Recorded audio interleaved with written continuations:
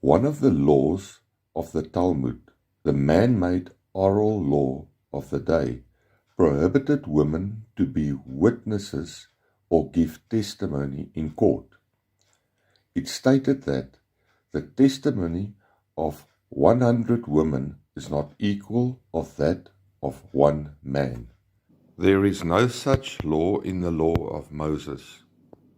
Jesus quickly abolished this law when he placed women witnesses before men, when he sent Mary Magdalene and the woman who was with her out to be the very first witnesses of his resurrection. Jesus chose women to be the first witnesses of the most important event ever in human history and to preach the most important message ever to be preached. Jesus lived. Matthew 28, verse 5 to 10. Jesus chose these two women to go out and preach his resurrection to his male apostles, when he could have done it himself.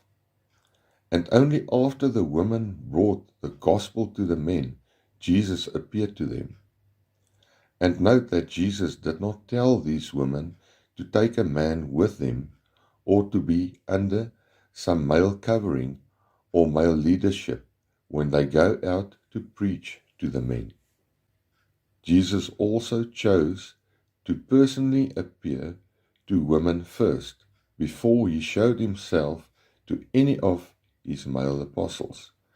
Matthew 28, verse 1 to 9.